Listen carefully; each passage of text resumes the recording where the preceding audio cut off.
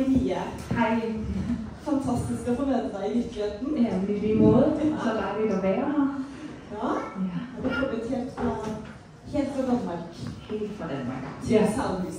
Ja, lige præcis. Vil du starte med at fortælle lidt om dig selv? Ja, det kan vi få. Ja, men jeg hedder Mia, er 37, 37 år gammel. Og jeg er uddannet grafisk designer. Og jeg startede med at strikke sådan rigtigt, da jeg ventede min søn Otto for 14 år siden. Ja. Og så har jeg strikket hver dag lige siden. Ja. Under mit arbejde som grafisk designer, der startede jeg sådan lidt med at lave mine egne opskrifter. Men det var udelukkende sådan på hobbybasis. Og så under corona, så begyndte folk jo at strikke helt sindssygt. Ja, ja. Jeg tog det af. Ja, og så begyndte jeg bare at kunne sælge så mange opskrifter, at jeg kunne gå selvstændig. Ja. Ja. Sig til, hvis jeg skal tale langsommere. Ja, det går bra. Det går bra. Forstår dere Mia som helst? Ja, så fint. Det må mere være den anden vej. Ja, det kan hende. Synes du det er vanskelig at forstå norsk? Ja, lidt. Ja, vi var på messe med Ravnagarn for et år siden, hvor jeg stod på stand sammen med dem. Den første dag var lidt svær at forstå, men så blev det bedre og bedre, og jeg tænkte, yes, nu kører det. Ja. Men da vi så kom til Bergen i går, og jeg skulle tale med receptionisten, så jeg var helt væk. Så jeg må lige være over med mig. Men, så er det jo mange dialekter i Norge også. Ja. Ja, så hvis man har lært sig en dialekt, så er det ikke sikkert man kan det næste. Nej. Det har vi gjort det lidt vanskeligt sådan set da. Ja. Ja. Men Mia, når var det du begyndte at strikke egentlig? Hvor gammel var du i dag? Jamen, min mor og min farmor har altid strikket. Og jeg strikkede første gang som 6-7-årig. Men det var ikke noget, der sådan blev så fast. Nej. Så strikkede jeg igen i teenageårene og begyndte på en sweater. Men den blev aldrig færdig, og det var heller ikke sådan rigtigt. Men så da jeg ventede min søn, Otto, var jeg i mødregruppe med mit andet barn. Jeg har 2 børn. Ja. Og hun lærte mig at strikke en kyse, og jeg har ikke slukket strikkepindene siden. Nej, så fint. Ja. Så fint. Det er jo ganske vanligt, tror jeg, at man begynner når man får barn. Ja, netop. Ja. Og så har du ikke sluppet strikkepinne siden, sa du? Strikket hver dag. Ja. Så mange år. Og så det som jeg alltid synes er spennende å snakke med strikkedesignere som ikke, altså en ting er jo store strikkebedrifter som det er jo noe samles og sånn, ikke sant, som er litt sånn. Det skal jeg ikke igen. Nei. Men den der overgangen fra at du jobber som grafisk designer til å tenke, nå, dette skal jeg gjøre, this is me. Ja. Den var virkelig blød. Altså det var sådan, jeg begyndte at, jeg ved ikke om det er så velset at tale om penge, men jeg begyndte at tjene mere som strikdesigner, end jeg gjorde som grafisk designer, så det var vældig nemt at vælge til. Men man ved jo så aldrig, om det vil fortsætte, om er det en corona-ting, eller så det var sådan, selvom at det var en blød overgang, så var det jo stadigvæk med meget risiko for, at det ikke ville fortsætte. Det ved man jo aldrig. Nettopp. Så du følte at det var en liten risiko, men du havde likevel en indtægt som var grei da? Ja. Havde du en opskrift som gjorde at du solgte mye? Kan du huske det? Ja. Hvad var det? Jeg havde udgivet en begynderopskrift på en vest. Debutanten vest. Så alle gik i gang med at strikke den. Det var sådan, den er skrevet uden forkortelser, og der er en guides. Så det var ligesom alle dem, der ville lære at strikke, de fik den i hånden. Ja. Men så det var sådan den, der var mange, der købte. Ja. Så kult. Og det gjorde at du så kunne ta skrittet helt ut. Ja, nemlig. Ja. Det er stilig. Jeg pleier gjerne å spørre når vi har snitt på taket. Jeg synes det er veldig interessant akkurat å vite om man på en måte har møtt ut som tidspunkt i livet og tenker, nå kan jeg gjøre det. Nej, jeg havde et job, som jeg var vældig glad for. Så det var næsten, det var meget, meget nemt at tage det valg. Så ja. Så bra. Heldigt. Ja. Ja, det er heldig. Ja. Og det var riktig da, så det er jo derfor funker bra. Ja, helt sikkert. Ja. Det er jo 5 år siden nu. Og det er jo bare gået fremad lige siden. Jeg har ikke set mig tilbage, og nu har vi et kontor og 2 medarbejdere. Kunder i hele verden. Så det er jo helt fantastisk. Ja, det er fantastisk. Ja. Det er vigtigt at huske at tænke på en gang imellem, at Ja, det er virkelig, absolutt. ja. Hver dag, tenker på det hver dag. Mm. For når var det du ansatte mennesker til å jobbe i businessen din? Da? For en ting er jo å få nok inn til å holde seg mett og varm selv. Ja, lige præcis. Og det er jo utroligt skønt at have kollegaer, og skønt at have nogen, der kan tage noget af arbejdsbyrden. Men der kommer også utrolig meget ansvar, og det med, at man skal simpelthen bare sælge nok opskrifter til, at de kan få løn. Ja. Så der kommer lidt mere pres på. Ja. Og det kan jeg jo godt mærke, det giver en lille smule stress i forhold til, da jeg var alene. Ja. Men jeg kan ikke være det for uden. Nej, jeg skjønner det. Og det gir sikkert en synergieffekt også når man blir flere. Så det er lettere å få penger inn også. Ja. Hva er arbeidsoppgavene? Hvordan har dere fordelt det da, dere 3? Sjovt nok er jeg designer. Ja. Og skriver opskrifter. Det er bra. Det er bra. Så blev min mand ansat for et år siden. Og det var dels for at være mere sammen som par og bruge hinandens kompetencer, som fungerer godt i vores parforhold. Ja. Vi kender hinanden utrolig godt, og så tror jeg heller ikke, man får en medarbejder, der giver flere interessetimer end sin mand. Klogt. Men han arbejder med regnskab, økonomi. Han pakker ordre, når der er nogen, der handler på webshoppen, så pakker han. Så han er praktisk. Så bygger han ting, vi skal bruge. Hvis vi bruger en reol, så bygger han en reol. Perfekt. Ja, så han er virkelig god. Ja.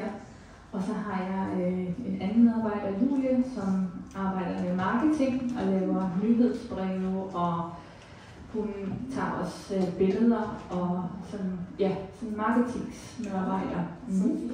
Ja. Hun gjør en god jobb, for ofte med nyhetsbrev.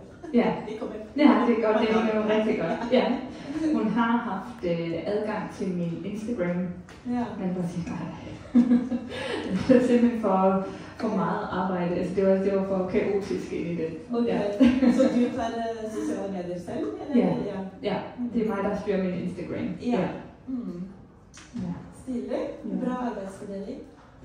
Ellers? Det virker som en bra arbeidsfordeling. Ja. Så fint. Og hva er det du inspireres av når du skal lage et design? Det kan jo være alt muligt. Ja. Vi skal i gang med at lave et nyt design for Mødrehjælpen, som vi også har lavet Mood-kollektionen sammen med. Og i den sammenhæng, så tænker jeg jo, hvad kan være fint til børn, og som er velgørenhed. Og så begynder mine tanker ligesom at komme den vej. Der har jeg så et projekt, som jeg så tænker noget til. Og der tænker jeg jo glæde og leg og frihed. Og så begynder det jo sådan at poppe op med mange farver. Og derfra så bruger jeg mit arbejde som grafiker tidligere rigtig meget, og arbejder meget digitalt først, og begynder at sætte nogle farver sammen. Og jeg kan ikke forklare helt hvordan, det er meget intuitivt. Nu mærkes det bare rigtigt. Ja. Så det var sådan, hvordan jeg bliver inspireret sådan, til et nyt design, men sådan generelt, så kan der jo bare komme en eller anden idé, jeg bare må gå efter. Noget jeg mangler i min egen garderobe, eller en farve, jeg har set som kilder i maven, hvor jeg må lave noget til den. Så det er virkelig forskelligt. Jeg sikrer en masse ting og gemmer det som en svamp indeni, og så tager jeg af det, når jeg skal bruge det. Så fint. Ja. Det er veldig fint. Den hudkollektionen din, den syntes jeg prøvde så overalt på Instagram. Er det den der? Ja. Jamen, det er faktisk det er en, jeg lavede her, fordi vi skulle til Bergen. Ja. Jeg holder... Den er ny, sant? Den er barnegenser. Ja. Altså, det er den klassiske mood sweater, og så har jeg lavet den i filet fra Rauma. Og det, der skiller sig mest ud, det er, at den har rund hals, fordi den første mood sweater, den har krave. Så den er sådan bare lidt en opdatering af den nuværende. Ja. Jeg skal holde workshop i morgen med mønsterstrik, så det var derfor, jeg lavede den. Også for at sætte nogle nye farver sammen, se dem i en ny sammenhæng. Ja. Kjempefint. Det var mange som strikket den første mood-setteren. Ja, helt utrolig mange. Ja, både i Danmark og Norge, Sverige, Tyskland. Overalt. Ja. Asien er den virkelig populær. De elsker bare den smiley der. Så det er jo helt fantastisk. Ja. Veldig kult. Ja. Og unikt da. Jeg hadde ikke sett noe sånt før du kom hjem. Nej. Og så tror jeg bare, den er så... Jeg tror, den er blevet populær, fordi den smiler til dig. Ja. Altså, den er jo glad. Ja, og man bliver godt humør av stilen. Ja, præcis. Ja. Den er super nem at forstå, altså sådan, det er et enkelt mønster. Ja. Så fint. Ja.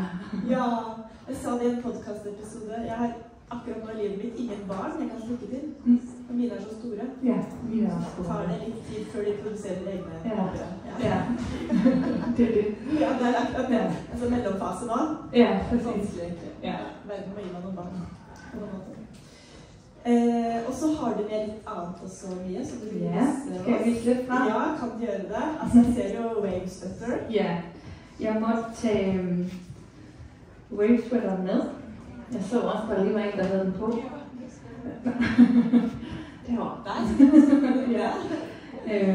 Det var faktisk også, jeg lavede den til min bog, Gentag, som jeg udgav for 2 år siden. Og den her var egentlig et design, som jeg lavede i sidste øjeblik. Jeg var egentlig færdig med de ting, jeg skulle have med, men så sad jeg og tegnede, og jeg tænkte, jeg kan godt lige nå at få den her med. Så det var sådan et sidste øjeblik. Og det viste sig, at det var den, der blev mest populær fra bogen. Så nu det er typisk. Men det viser jo også bare altid, at det er meget intuitivt, og det er meget sådan... Nogle gange så skal man bare gå efter den første idé og bide på. Ja. Så det er faktisk min bedst solgte opskrift. Det er det, ja? Ja. Ja, det er det. Ja, uden sammenligning. Så det er egentlig det er meget sjovt, hvordan man nogle gange bare sådan skal tro på sine indskydelser og sådan, bare gå i gang. Ja. Den er så stilig. I forrige podcast-episode så sier jeg til Vibeke at jeg har innsett at jeg kanskje aldri kommer til å strikke Wave Sweater, men nå... Måske. Jeg skal aldrig sige aldrig. Det var en slags sorg å tenke at nei, det må gå ifra, men ok, nå kom den igjen. Jeg har også taget en anden. Ja, den så også her et sted. Ja. Før i dag. Ja. Den har jeg også taget med, fordi den også betyder noget særligt for mig. Jeg har lavet den sammen med min bedste veninde, der har Galaxy Glow garn, hvor vi har lavet et samarbejde. Hun har farvet garnet, og jeg har lavet designet. Og det er også bare for at fortælle, hvor skønt et arbejde det er at kunne arbejde sammen med sine bedste veninder. Det er jo helt fantastisk. Og det er også noget, jeg virkelig gør mig umage i at lave en arbejdsdag, som giver mening. Altså som jeg kan selv bestemme det, så det er også bare med selv at gøre det godt. Altså sådan at jeg har selv ansvar for at gøre det sjovt. Og nu har jeg bare set, at der var så meget håndfarvet garn her i dag. Og det, der sådan er særligt ved den her, det er, at jeg har arbejdet meget med det her pooling af garnet, hvor det sådan, hvor man ligesom, når man strikker med håndfarvet garn, så gør man ofte sådan, at man skal ikke kunne se, at der kommer de her floder. Men det vil jeg netop gerne have frem i den her trøje. Og det er bare mega sjovt, fordi hver omgang og hver pind, den laver jo noget nyt. Ja. Så det er også en, jeg er rigtig glad for. Så det nyeste, jeg har lavet, er jo et samarbejde med Kit Couture. Hvor har vi Laura henne? Hej Laura fra Kit Couture. Ja, og det har vi arbejdet på et års tid. Og det hvordan kom det samarbejde i gang? Eller hvad var historien til den kollektion? Jeg var i Berlin og var på et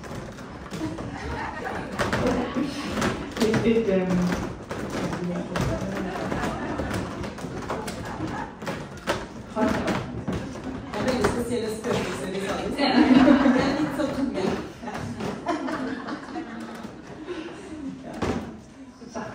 Ja.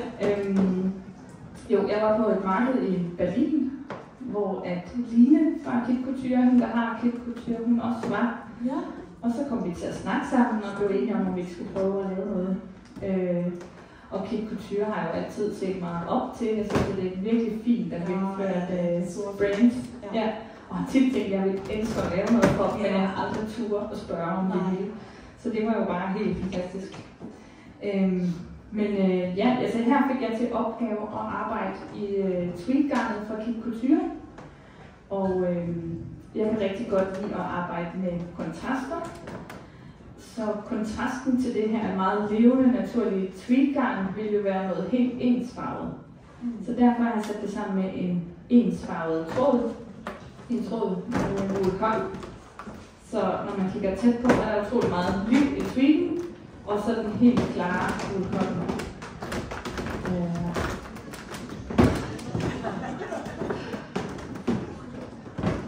Og så igen er det med at lege med kontraster, som alligevel passer sammen. Og så får man jo nærmest det her puslespil af saltpeber-effekt. Ja. Hvor mange forskellige tweedfarger har du brugt i? Hvor mange? Ja. 1, 2, 3, 4, 5. Ja. 5 forskellige tweed og wool cotton. Ja. Ja. Og det, der også var vigtigt for mig i den her kollektion, var, at det blev så meget kunstnerisk og sådan lidt over i fashion-verdenen. Og det synes jeg bare er blevet mega fint. Det er ordentlig statement-plagg. Det er et ordentlig statement. Ja, ja. Vi lavede også en kæmpe mega tondo sweater, ja, som vejede lige lidt over 2 kilo. Ja. Ja. Og vi har styrketræning egentlig der. Og vi har også lavet nederdele, så man ligesom kan få det her fulde sæt. Og huder og vanter. Og vi har alle modellerne med op i udstillingen, så I kan bare komme og kigge. Og der skjorta er jo en kort længde, og så en længere længde. Den er i både kort og i lang. Ja. Ja. Har du garnpakker, eller køber man? Kit Couture er ved siden af os, og de har garn. De har garnpakker. Ja. Det kan de i hvert fald godt lave. Ja. Og så en sidste, jeg har lige valgt at tage med, det er Nina Cape. Og det er jo en, der er helt perfekt til nu. Og det, jeg godt kan lide ved den, det er, at den har den her sweater shape, men det er alligevel en kappe. Perfekt. Ja. Jeg tænkte, den er jo helt vildt lækker i norsk uld. Hvilket garn er det stikket til? Undskyld? Hvilket garn er det stikket til? Den her er strikket i finuld og mohair. Ja. Er det en håndfarge på det mohair da? Nej, jeg tror det er meleret finuld. Ja. Perfekt plagg akkurat nå. Ja. Så det er hvad jeg lige har givet med ned fra min stand, men I må gerne komme op og kigge. Jeg har flere ting med. Så fint. Ja. Og så strikker du jo på noget selv. Ja. Hvad strikker du på nå? Jeg strikker på en en debutanten jacket. Okay. Den skal have lige en makeover. Aha. Og sådan et in-between-projekt, Ja. fordi vi skulle jo til Bergen og flyve, og jeg havde ikke noget projekt i gang. Så jeg tænkte, nu går jeg i gang med den her. Ja. Og som jeg sagde, så skal vi i gang med mødrehjælpen lige om lidt. Så det er sådan en, okay, hvad laver vi lige? Men jeg tror, det bliver super godt. Det er noget japansk silke og noget uld. Veldig fint. Mm. Et sidste spørsmål, Mie. Ja. Hvordan er det, for nå har du jo liksom tatt steget. Strikking er jo jobben din. Mm.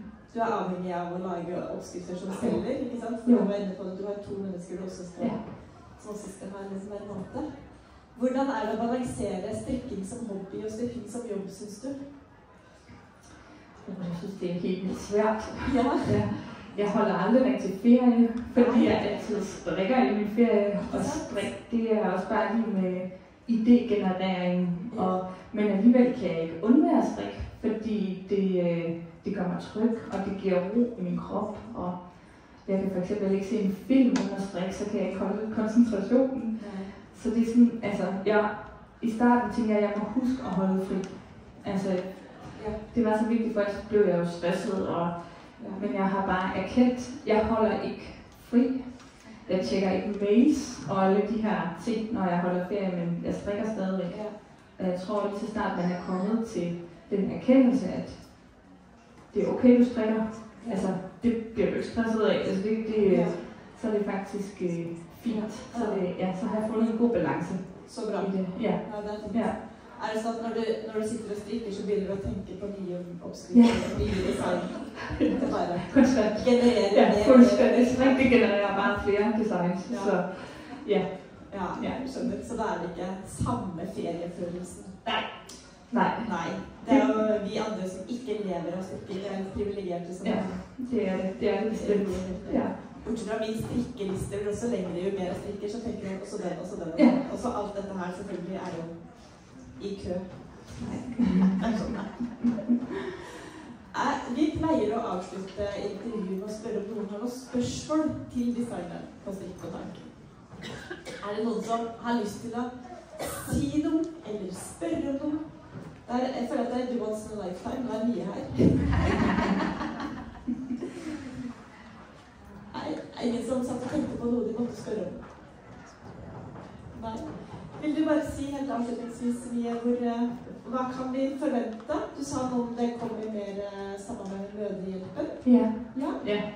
Det bliver det næste her til starten af 2026.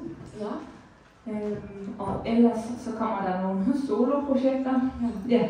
Så jeg tror, I kan forvente, at der kommer en del solo, og så et samarbejde med Mødrehjelpen.